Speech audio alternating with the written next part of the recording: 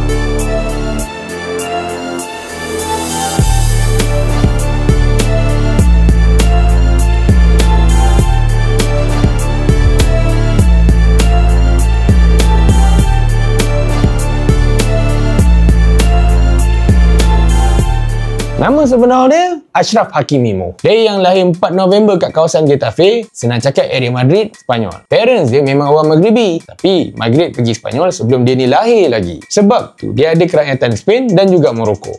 Achraf Hakimi ni anak sulung daripada 3 orang adik-beradik. Kehidupan dia masa kecil memang besar dengan adik-adik dia.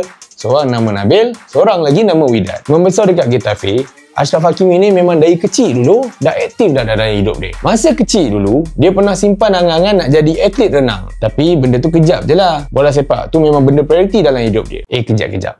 Ni dah masuk cerita bola. Patah balik. Cerita pasal family dia. Family Achraf Hakimi ni bukanlah datang daripada family yang senang. Bapak dia kerja as a vendor kecil-kecil dekat Madrid. Mak dia pula ambil upah bersihkan rumah orang. Sebab tu dia memang niat dari awal nak jadikan bola sepak ni as benda yang boleh bagi family dia hidup senang. Career bola sepak dia start bila dia join Academy Club Deportivo Colonia Ofijevi, satu tim yang base dia dekat El Barcial, Getafe. Tapi bila dia join Academy bola ni, dia punya pelajaran jadi macam terabai dah pula. Sebab tu awal-awal dulu parents dia macam tak suka sangat. Tapi bila dia orang dah tengok member ni serius, dia punya support tu datang juga. Lagipun, parents dia dah mula nampak yang dia punya ambition towards bola sepak. Senang cakap, awal-awal dulu mak bapak dia pun macam tak yakin juga. Tapi, lepas dah fikir-fikir balik, daripada jadi budak tak apa-apa, tak isap gam ke, buat benda-benda merepek ke, ambil dia main bola sepak. Betul. Dipendekkan cerita, masa umur 8 tahun, Mamat ni kena tarik join Akademi Real Madrid, La Fabrica. Sepanjang duduk akademi tu, karier dia berkembang dengan elok. Dapat pula kawan ni jenis disiplin bagus, so tak ada masalah langsung sampai kena serap pergi masuk senior team masa 2016. Tapi, bila dah masuk senior team tu, tak adalah join terus first team. Makan masa juga. Masuk tahun 2017, barulah dia dapat naik pergi first team. Time tu, dia kira jadi backup untuk Dani Carvajal dan juga Nacho Fernandez. Kau imagine, kau main right back, kau budak muda, tapi kau nak kena beat Dani Carvajal. Mana maunya boleh. Nacho Fernandez pun tak boleh tembuk Carvajal waktu tu, 2017 tu. Kan solid tu. Cuba kau bayangkan. Main right back, pakai nombor 19. Aku rasa benda tu dah cukup untuk ceritakan level dia punya offensive minded. Sebab tu, even baru start musim 2017-18, season tu sempat juga dia collect 2 gol. Lepas tu 2 kali dapat main game Champions League. Kalau korang ingat balik, season tu yang dia orang dapat UCL kali ketiga berturut-turut. Time tu Achraf Hakimi pun ada dalam squad. Sebab tu, Achraf ni jadi first player dari Maghribi yang julang trofi UCL. Walaupun masa final, nama dia tak ada dalam squad. Tapi kalau dah register, kira dapatlah juga kan. Tapi, disebabkan competition yang sangat tinggi dalam Real Madrid waktu tu, member dah start fikir dah. Apa masa depan dia, mana dia nak pergi. Kalau tidak, dia duduk takat tu je lah. Sebab tu, masa 11 Julai 2018, dia sign 2 tahun dengan Borussia Dortmund. Tapi bukan permanent. Waktu tu just loan transfer je. Memori kat sana pun boleh tahan juga untuk dia. First game dia dengan Dortmund kat UCL, member dah buat 3 assist waktu jumpa Atletico Madrid. Lepas tu, bila lawan Slavia Prague pula, dia skor 2 biji gol. Lebih kurang sebulan lepas tu, dia skor lagi 2 biji masa lawan Inter Milan. Terus tolong Dortmund comeback daripada kena 2-0 kat home ground. Tapi, aku rasa antara benda yang tak boleh lupa sepanjang dia dekat Dortmund, masa awal 2020. Masa tu game lawan Union Berlin. Waktu tu, game Bundesliga.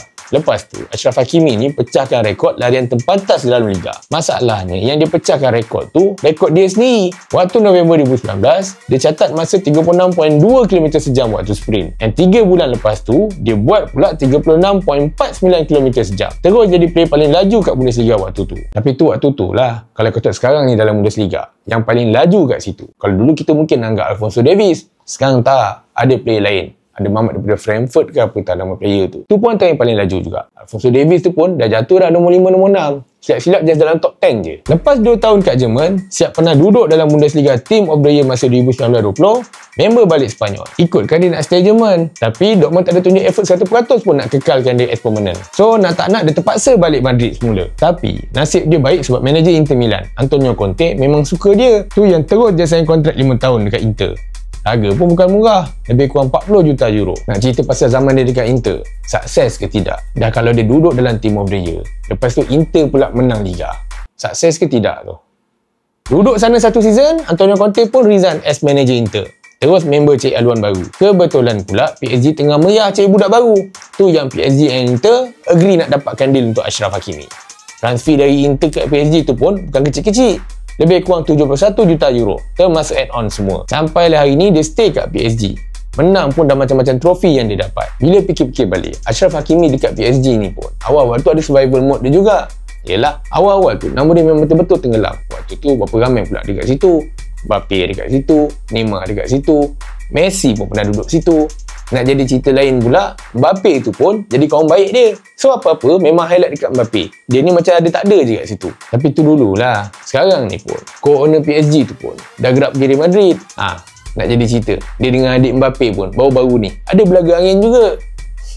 Tapi macam mana pun, bila keluar je nama dia ni, umum as a pemenang untuk pemain terbaik Afrika itu, aku memang betul-betul rasa dia deserve. Kau fikirlah balik, daripada contribution dia dengan PSG, sumbangan dia dekat national team pun rabak juga dengan Maghribi. Bukan cerita sekarang, even dah 3-4 tahun dah. World Cup kat Qatar itu, member bukan duduk saya saja je, jadi orang penting kat dalam team. Cuma aku terfikirlah, selain Achraf Hakimi, sekarang ni, siapa top 3 right back yang selalu akan perform? Kalau kau sebut Trent Alexander-Arnold, mungkin 3-4 tahun lepas nama dia boom lah kot.